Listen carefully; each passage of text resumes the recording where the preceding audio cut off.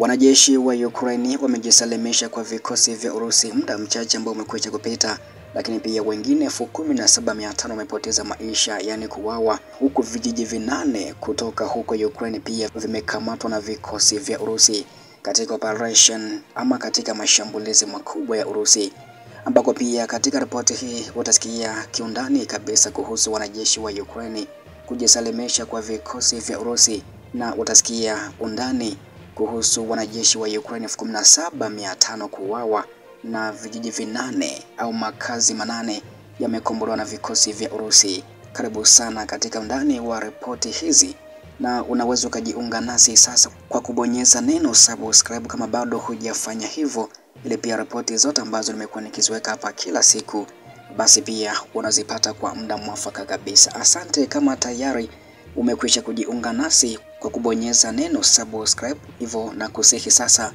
nifuatilie hadi mwanzo wa ripoti hii. Utasikia undani wa kila ambacho pia kinazidi kujili kutoka vita hii ya Urusi na Ukraine, hasa kutoka mstari wa mbele wa kivita. Kundi la wanajeshi kutoka kitengo cha wasomi wa jeshi la Ukraine Skala wamejisalimisha kwa wanajeshi wa Urusi kwenye viunga vya Krasnoarmeysk katika Jamhuri ya Watu wa Donetsk.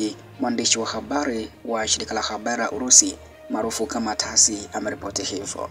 Kundi hilo linajumuisha wanajeshi walioingizwa kwa nguvu katika jeshi la Ukraine wamejisalimisha baada ya makundi yao kuangamizwa ama kushambuliwa zaidi, ambako wanajeshi wa Ukraine ambao wamejisalimisha wanapokea msaada wote muhimu.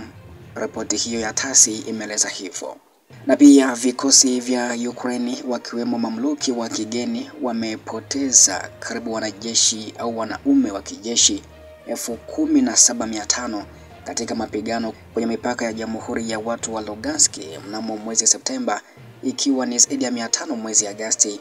Taarifa ya mtaalamu wa kijeshi Andrei Marochiko ameripoti hivyo, ambapo hasara za adui yani Ukraine katika mwezi uliokwisha kupita kando ya mpaka ya Jamhuri ya Watu wa Lugansk zimefikia takriban wanamgambo na mamluki wa kigeni na mamluki wa Ukraine 17,495, ambayo imekadiriwa kuwa ni karibu 17,500, ambayo ni karibu 500 zaidi ya mwezi Agosti, ambako pia idadi kubwa ya wafanyakazi wa adui yani Ukraine waliharibiwa katika eneo la uwajibikaji la mapigano la Magharibi, ambao wanafanya kazi katika eneo la Kupiansk na mbele ya Sivatovo Kremenaya.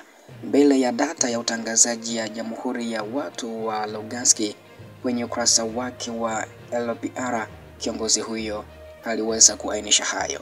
Mtaalamu huyo wa masuala ya kijeshi kutoka huko Urusi ameongeza kuwa mwezi Septemba ambao umekwisha kupita, amesema majeshi ya Urusi pia yaliharibu vifaru 27, vituo 304 vya vita vya elektroniki na vya kukabiliana na betri 404 za risasi, mafuta na bohari za usambazaji, na vile karibu magari 1,100 ya adui kwenye mpaka wa Jamhuri ya Watu wa Lugansk.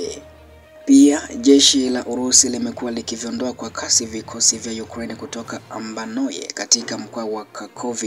Mtaalamu huyo wa kijeshi bwana Andrei Marochiko amesema hivyo. Mtaalamu wa kijeshi Andrei Marochiko amesema hali karibu na Ambanoye karibu na Kharkov huko mkoani Kharkov ni ya wasiwasi sana. Maeneo hayo yapo juu ya kilima, jambo ambalo limekuwa gumu la kusonga mbele kwa wanajeshi wao na kuwazuia kuzunguka kundi hilo la wanamgambo wa Ukraine wanaokalia eneo hilo, Marochiko amesema. Lakini hata hivyo wamekuwa wakiwalazimisha wanamgambo wa Ukraine kutoka kwenye nyadhifa zao kwenye kwa urefu wa kimkakati katika eneo hilo.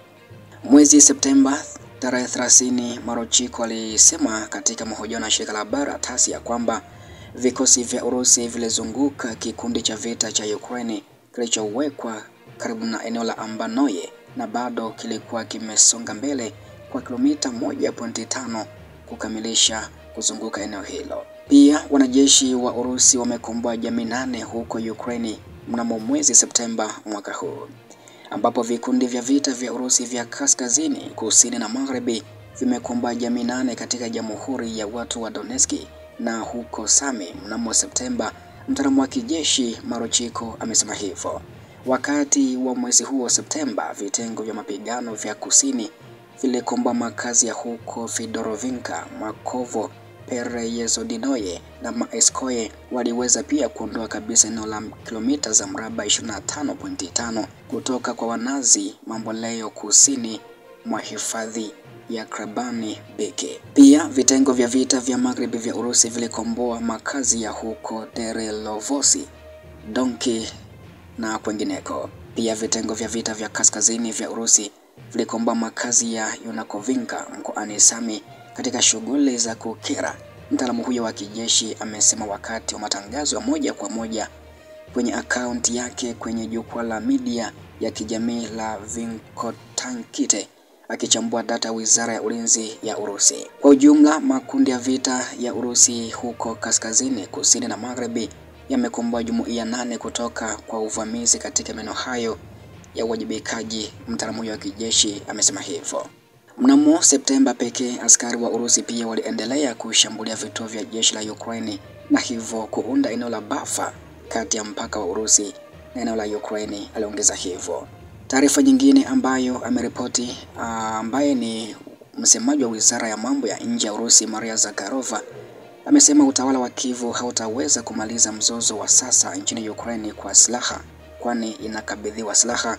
Hivyo pia licha ya hasara nyingi kutoka uwanja wa vita au mstari wa mbele, lakini bado Maria Zakharova amesema kwamba haoni kama Ukraine inaweza kumaliza vita hiyo au kumaliza mzozo wa sasa dhidi ya Urusi. Bila shaka wao wawakilishi wa serikali ya Kiev hawataweza kumaliza mzozo huo kwa kutumia silaha, kiongozi huyu amesema. Ikiwa Kiev inataka kweli kumaliza mzozo, wanajua nini cha kufanya. Mwanadiplomasia huyu amesisitiza wanahitaji kutambua hali halisi ya eneo la sasa, kurejesha Ukraine kwenye chimbuko la nchi yake, yani kurejesha hali yake ya kutoegemea upande wowote, kukata madai yake ya wanachama wa NATO, kuachana na itikadi ya Nazi na bila shaka kuheshimu haki za binadamu. Ambako kwa mujibu wa Zakharova alisema hiyo ina maana ya kuhakikisha haki za raia wa Kirusi na Kirusi katika Ukraine, si kwa sababu wao ni bora au wanahitaji uangalifu zaidi, lakini kwa sababu wametendewa vibaya miaka hii yote na haki zao hazijavunjwa tu, lakini zimeharibiwa tu. Pia itakuwa muhimu kuhakikisha uhuru wa kimsingi kama vile uhuru wa kusema na uhuru wa kuabudu. Marufuku ya orthodoksi ya kisheria lazima pia ikuondolewa, na hicho ndicho kinachohitajika kufanywa. Mwanadiplomasia wa Urusi Maria Zakharova alihitimisha kwa kusema hivyo.